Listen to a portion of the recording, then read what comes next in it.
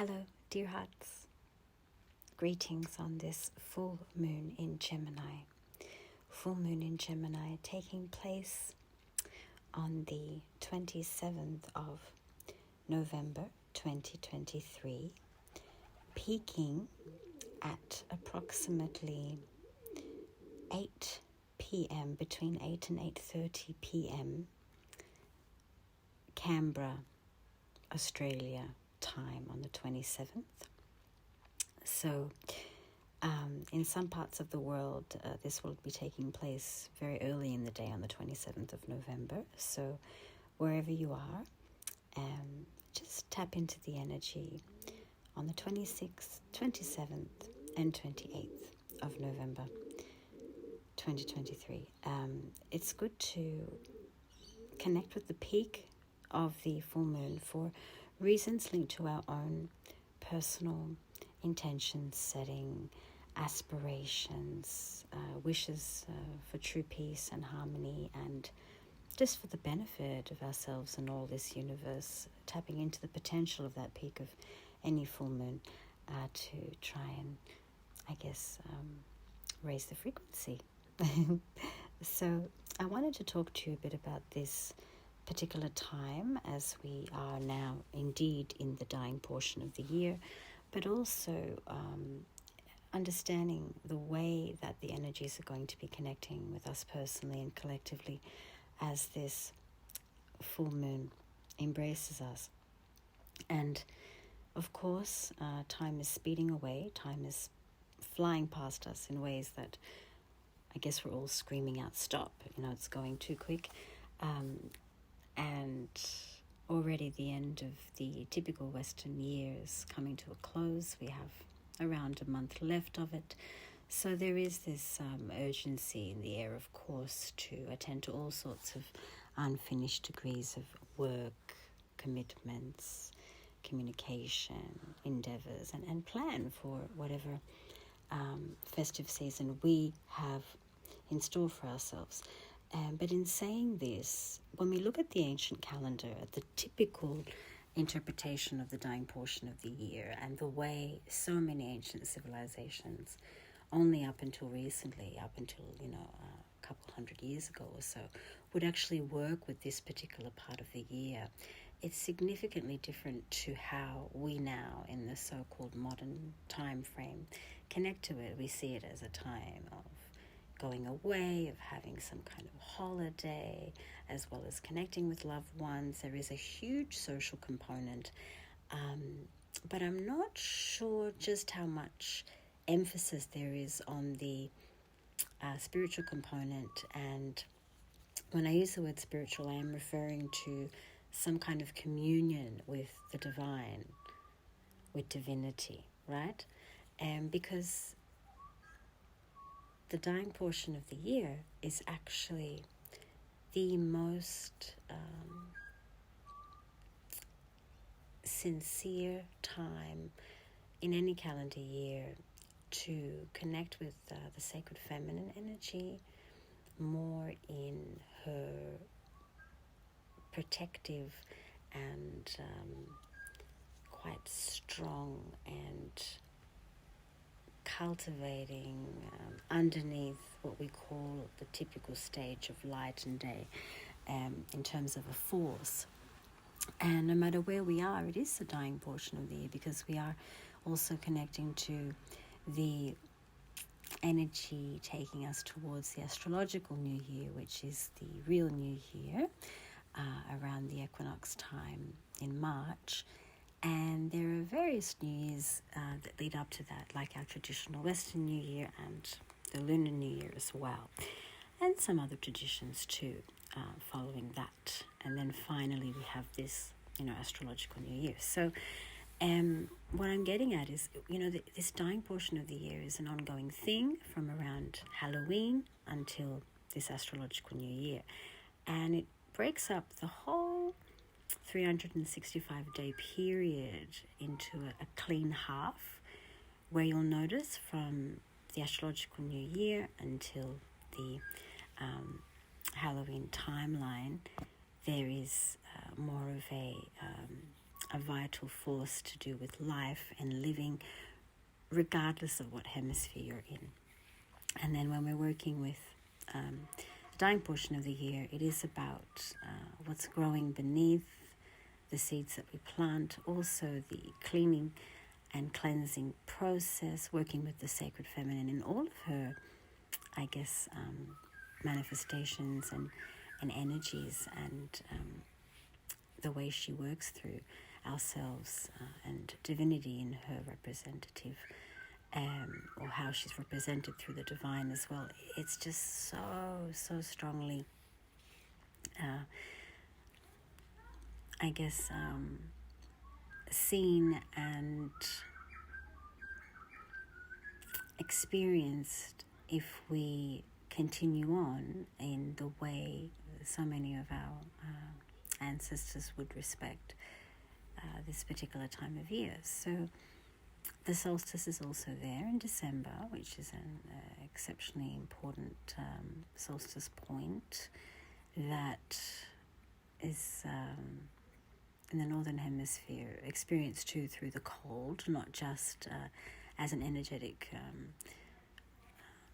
vibration. And in the Southern Hemisphere, even though it is a summer solstice, so to speak, again, it's a unique one because of the dying portion of the year and the energy that venerates that transformative quality of the sacred feminine and what she offers to all of us in terms of the shedding skin process that can bring a lot of power from within, that can also work with I guess collective energy more so than personal energy, because if we look at from the astrological new year until Halloween, energetically the way the sun is moving through our skies, it is again working more on a personal level to our own identity and contribution.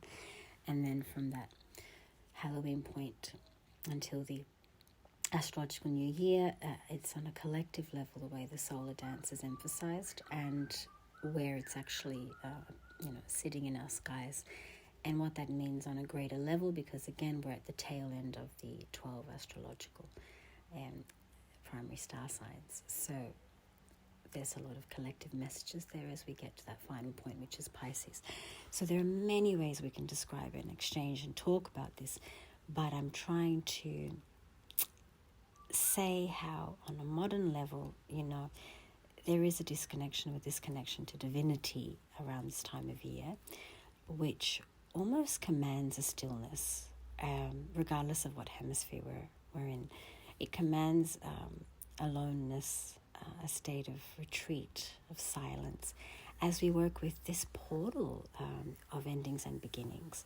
Because wherever we're all collectively understanding the concept of ending at the same time, you can imagine the impact that would have to the collective consciousness, especially for the realm of humans, and how we're relating to this end and then a commencement. So a new year, imagine all the billions of people on this earth are relating to that end and commencement, that new year energy, and it's happening at least thrice. So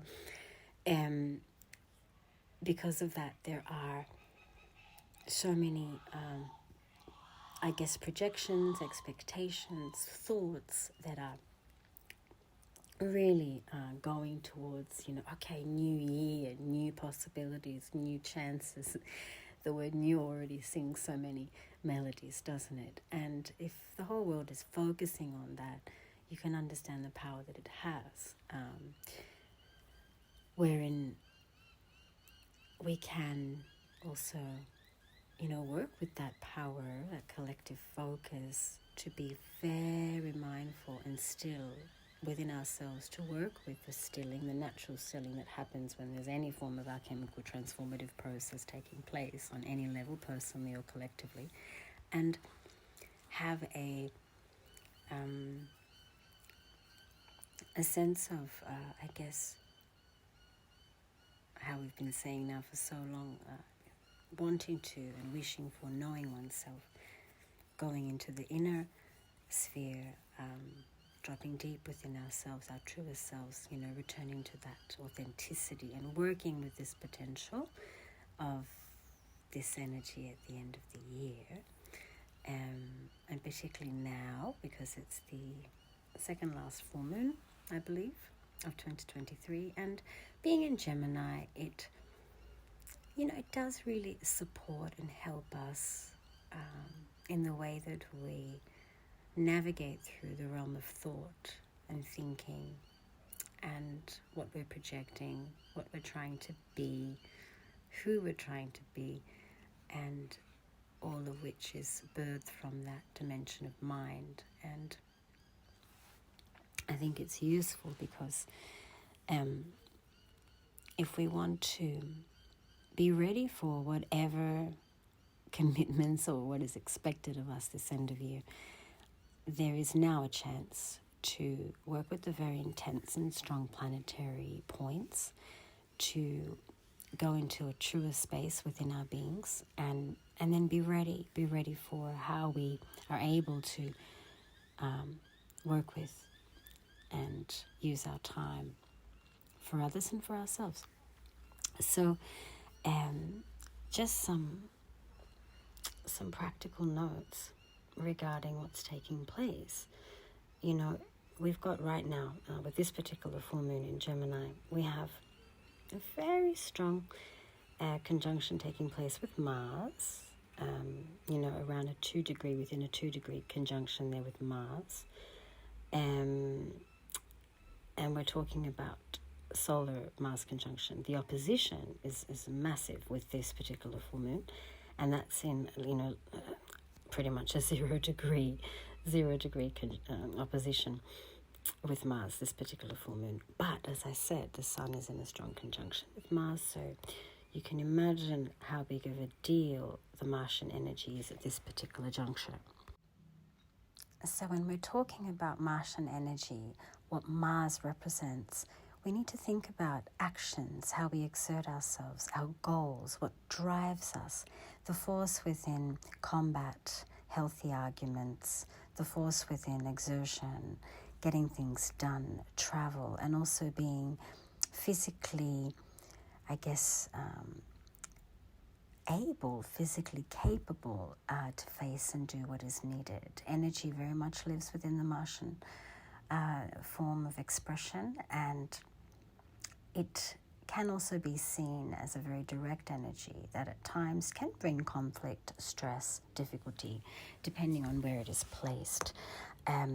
But what is important as we go through all of the messages for our personal states and collective states for this particular full moon is understanding that the aspects here are very much on the Gemini, Sagittarius, Gemini axis. So the message of what these particular star signs bring into our lives is, again, a very important thing. So where does Gemini and Sagittarius sit in your own star map?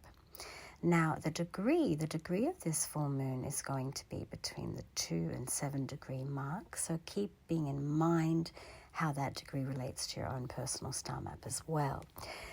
Now, Gemini being the focus point of this full moon brings all sorts of loud and caricature-like expressions of our expectations, abilities, what we need to be, who we are, what we represent in the way that we think and project our reality. And it's also got a lot to do with communication and the various means and portals of expressing oneself, again, coming from not just the state of how we think and go through things in our mind, but how we action those thoughts because of Mars being such a strong placement here. Mars is challenging, Mars is pushing out thoughts and ideas into our actual reality. It's pushing and challenging us to be what we are dreaming up or procrastinating about. And it also does want the best of that and what has been thought through for all this time, especially in the last month, to come forth as well. If we bring in that solar energy and how it is infusing what Mars can do. So this is the immediate message, But it's important to also look at everything else. For example, there is a square with Saturn on this moon. There is also Mars in square with Saturn. And this brings in a slower feeling to what we are trying to do, and also a slower feeling to our ability to analyze and come up with the right results in all that we've been working on in this last month. So think of it as a drive to act, a drive to be able to do what is necessary, but there being a testing ground at the exact same time, almost training us before we can come to that finale of what needs to be done. So, for example, you have all sorts of possibilities right in front of you. The Gemini energy is going to propel you to think about them, think through, and have many options, not sticking to just one potential pathway. Mars is, with the solar energy, pushing all of those potentials and ideas and possibilities into some kind of actual activity and action, instead of being just in our mind and something we are contemplating over. But with Saturn there making quite a heavy square, there's an element of, I can use this word mildly here because it just won't have the weight that it has had in the past. But in this particular full moon time, the word, deceit, with Saturn's energy, Saturn being again challenging what the energy of, our dreamscape and the ideals around our dreamscape, idealizing so much versus actually being a bit more pragmatic and taking action on what's possible. That's why I'm using the word deceit mildly. It's under there, and it's creating a testing ground. Saturn is doing that in between all the ideas and possibility, and of course the activity, being able to function and do what is needed. So it's creating a testing ground, and there will be a slower sense of possibility in exerting and getting to that result of the activity of doing what is necessary. And you'll feel this as this month goes on, especially from now until the new moon, and a little bit after. I think we can even say this up until the solstice in December, there being a lot of testing ground before real activity can take flight, that is again supported by solar purpose and actually, really harnessing that potential, that ability that is so bright and again in alignment with the most highest and truest degree of our being. So when we are looking at Mercury as well entering the shadow phase, and when I say the shadow phase, we're talking about, retrogrades approaching and so on. So, Mercury is in square with Neptune, okay? And when this happens, again, we can use this word deceit relatively lightly. There is confusion, I think is a better word, in the air too. And a lot of it circulating that somehow wants you to have inspiration, wants you to believe in what's just not possible, and at the same time wants to distract you with those beliefs. So how about working with the very strong Mercury square Neptune around this full moon to understand that, using I guess what's compelling in creativity, using it in a more artistic way to perhaps create a storyline to all the different possibilities of what is being aimed for. And if we think of things like drama therapy or dramatizing through, certain role play, or even in a plot that we want to write, seeing how certain characters can be, a demonstration of our different states, how we feel, what we're going through, and bringing them into the limelight of a role, a unique role, and see how they can all interact, to then work with the healing component there that can create a good distinction between your own, observation potency and all of these characters, which are nothing but characters at the end of the day. So it is very cryptic. It can be. It's Gemini at the end of the day. But Gemini loves a riddle. Gemini loves the potential of theatrics that come once again from our deepest being that is just available to us. Gemini loves questioning, the constant, potential in information, and having all sorts of reasons to ask also more, and not sit in a satisfied position with an answer, but to further inquire and go further and further in what could be useful versus what is not. So you see how we have this, huge testing ground thanks to Saturn, as well as, so many ideas and possibilities rising within our being, and the pressure as well of the end of the year right there, with a lot of social expectation hovering above us, but also this beautiful connection to that stilling that can also happen in amidst all of what is being described here, which is possible if we do it every day, if we connect with that divine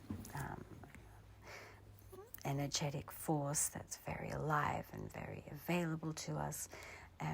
If we do it every day for short periods of time, I think we'll be more and more enthusiastic with how to best work with this particular full moon. And as I was saying earlier on at the beginning of the recording, we have, a 365 or at times 366 calendar year divided really into two, which now from, around October time until the Astrological New Year, which is, pretty much when the sun enters Aries, and it's around the equinox time in March, the end of March. And that period, that half, is very feminine, sacred feminine. And then from the Astrological New Year until around October time, just after the equinox in September, is a very sacred masculine period of the year. So these are the two things that then, propel the four seasons, propel what those seasons represent within us too, within our being throughout any given day. And then there are sub-seasons as well. We can look at them in accordance, in alignment with certain directions, and how universal law spins. And when we look at that universal law, it's no other than a truth, a divine truth that supports our chance as human beings, as beings in this universe, for something supreme.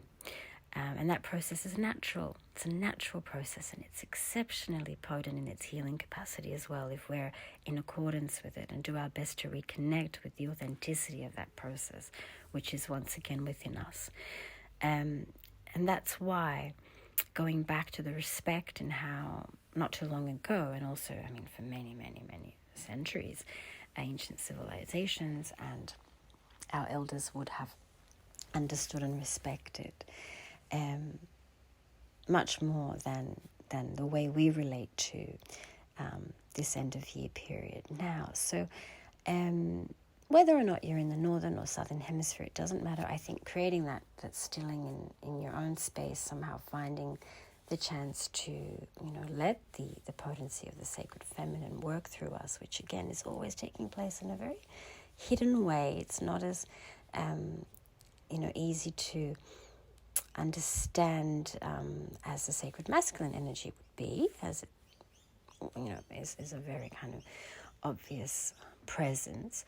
The sacred feminine energy is giving so much all the time to us, and at the same time working with every point of the cycle of all, which is not just the creation part and the sustaining part, but also the destructive part, which is very much linked to the portals of beginnings and endings which we're facing as we approach this dying portion of the year, and I guess the peak of it in this next 2.5 or so months. So I do want this full moon in Gemini to have us have the right thirst for information, and connecting with our best of states through how we inquire and how we connect and communicate and share and exchange, and also working with the other part of the axis, which is the Sagittarian energy too.